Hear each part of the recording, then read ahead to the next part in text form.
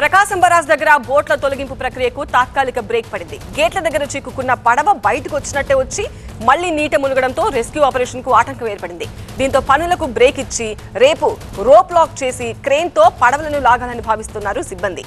ప్రకాశం barrage లో బోట్లను తొలగించడానికి కచ్లూరు బోర్డు ప్రమాదంలో పనిచేసిన అబ్బులు టీంను కాకినాడ నుంచి తీసుకొచ్చారు అధికారులు. సవాల్తో కూడుకున్న పని అయినప్పటికీ 2 రోజుల్లో బోట్లను బయటకు తీసుకొస్తామని చెప్పింది అబ్బులు టీం. అయితే ఒక్కో బోటు 60 నుంచి 100 టన్నుల బరువు ఉండడంతో నీళ్లలో బోట్స్ కట్టింగ్ కూడా సాధ్యం కాలేదు. బయటకు వచ్చినట్టే వచ్చి మళ్లీ బోటు నీట మునగడంతో తొలగింపు పనులకు తాత్కాలిక బ్రేక్ పడింది.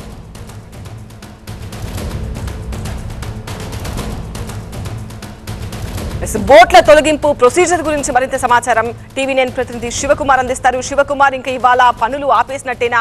మరి రేపు ఏ టెక్నాలజీ ఉపయోగించి ఎలా తీయబోతున్నారు? ఇంట్లోనే మష్రూమ్ ఫార్మింగ్ చేస్తూ 8 లక్షలు సంపాదిస్తున్నారు మహేష్ గారు. ఈ మహేష్ గారి నుంచి నేర్చుకోవాలా? అయితే ఇప్పుడే ఫ్రీడమ్ యాప్ని డౌన్లోడ్ చేసుకోండి.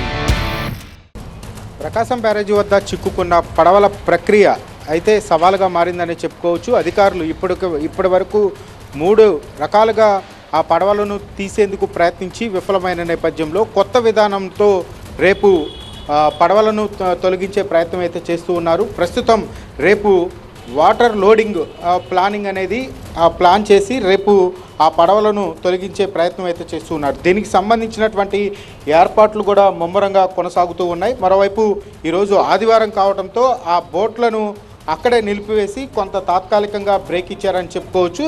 రేపు ఈ యొక్క కార్యక్రమాన్ని, అంటే ఈ తొలగింపు కార్యక్రమాన్ని స్పీడప్ చేసి ఎట్టి పరిస్థితుల్లో రేపు ఒడ్డుకు తీసుకురావాలి ఒక పడవనైనా అని చెప్పని ఇక్కడ అబ్బులు టీం అయితే ఒక కొత్త ప్లాన్ను సిద్ధం చేసినటువంటి పరిస్థితి ప్రస్తుతం మనం విజువల్స్లో చూస్తూ ఉన్నాం. 2 భారీ పడవలను తీసుకొచ్చారు.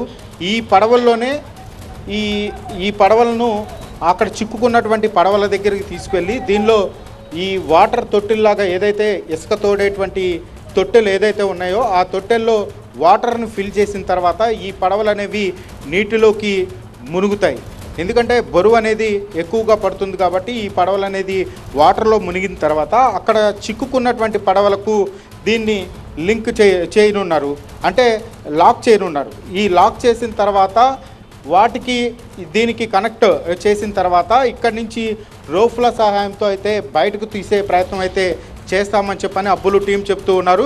దీన్ని వాటర్తో ఫిల్ చేసిన తర్వాత ఇవి నీటిలో మునిగిన తర్వాత చిక్కుకున్నటువంటి పడవలు కూడా దీనికి లింక్ చేసిన తర్వాత దీనిలో ఉన్నటువంటి వాటర్ను తోడేస్తే దీని బరువు అనేది తగ్గి ఈ పడవలు పైకి లేస్తావు కాబట్టి అక్కడ చిక్కుకున్నటువంటి పడవలు కూడా బయటకు వచ్చే అవకాశం ఉందని చెప్పని ఇక్కడ ఉన్నటువంటి అబ్బులు టీం భావిస్తూ ఉంది. కాబట్టి దీనికి సంబంధించినటువంటి ఏర్పాట్లు అయితే ముమ్మరంగా చేస్తూ ఉన్నారు. ప్రస్తుతం భారీ గడర్లను తీసుకొచ్చి అయితే వెల్డింగులు పెడుతూ ఉన్నటువంటి పరిస్థితి కనపడుతుంది. రేపు ఈ రెస్క్యూ ఆపరేషన్కి సంబంధించినటువంటి ఏర్పాట్లు అయితే ముమ్మరంగా కొనసాగుతూ ఉన్నాయి. ఇప్పటి వరకు 3 రకాలుగా కూడా ప్రయత్నాలు చేసి ఆ ప్రయత్నాలన్నీ విఫలం కావడంతో ఇప్పుడు 4వ విధానాన్ని అయితే అమలు చేసేందుకైతే రంగం సిద్ధం చేసి ఈ యొక్క ప్లాన్ను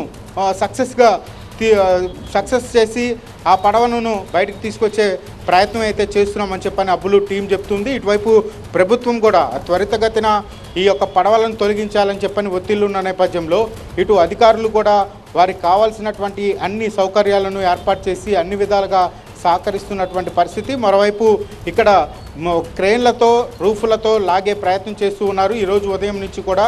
కానీ అవి మొరాయిస్తూ ఉండటంతో ప్రస్తుతం తాత్కాలికంగా ఆ పనులైతే నిలిపివేసి రేపు ఈ యొక్క వాటర్ లోడింగ్ ప్రాసెస్ ఏదైతే ఉందో దీనికి సంబంధించినటువంటి ఏర్పాట్లు అయితే ఇక్కడ చేస్తున్నటువంటి పరిస్థితులు కనపడుతూ ఉన్నాయి.